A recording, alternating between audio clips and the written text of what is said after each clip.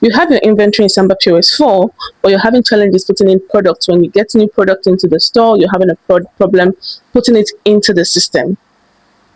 In this video, I'm going to show you how to put in products you bought from the market to the quantities in for SambaPOS4. So let's get straight into it. Now this is your screen and the SambaPOS4, and we have our warehouse. Now before you can add products in SambaPOS4, you must start the work period, because if you don't start the work period and you try to put in your items you got from the market, it's never going to save. So for us to put in products into the inventory, the first thing we're going to do is we're going to start our work period.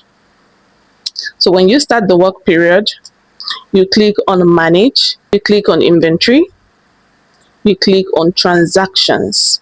Yes, transactions. Then you click on add inventory. Now before we add this inventory, let's look at our warehouse. So in the warehouse, we are seeing that we don't have any Coke.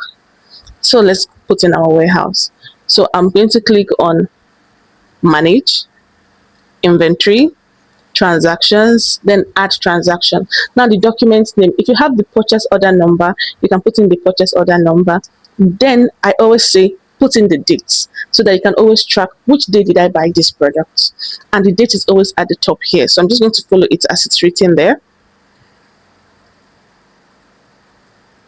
Then I'm going to click on add. When you click on add, it's going to, under transactions, you click on your purchase transaction type. If you have multiple purchase transaction type, you can now choose which of the warehouse you want to target it. So the target warehouse is local warehouse, because I just have only one warehouse here. Then the inventory name, I have created Coke. So if you have not watched the previous videos on how to create your inventory or your recipe, please go back and check the videos.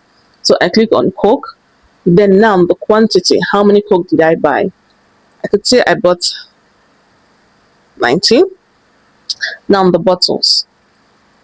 Now, in the previous video, I created an additional unit where we have the bottles and we have the pack.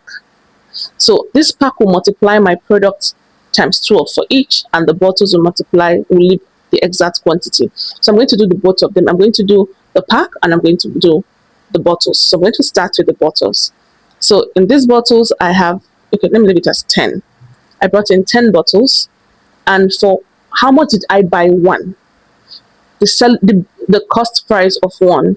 So if you don't want to do a lot of calculations and you have your receipt with you, you can put the total in which you bought it. So let's say I bought the 10 for, let's say 4,000. Automatically the unit price is going to give me what one costs. So if you're not sure of the unit price, you can use the total. Then if you're not sure of the cost price, if the company didn't give you a cost price at all, please leave it 0 so it doesn't affect your profit and loss margin. So I'm going to put this and I'm going to click on save. Now the moment I click on save, it keeps my transaction unit and it keeps my date. If I should go back to my warehouse, you will see that I have purchased 10 at the cost of 400 naira. So let's say I sell 2. What happens if I should sell 2? I sell 2 of my Coke, settle all through cash. I'm going to realize that in my warehouse, 2 has been consumed and the predicted inventory is 8, meaning I'm supposed to have 8 left. So this is basically how you track your inventory. Sweet. Now let's look at the pack. So in the case where I want to track the pack, I come to my manage, inventory, transactions, add inventory document. Then I click on add inventory document.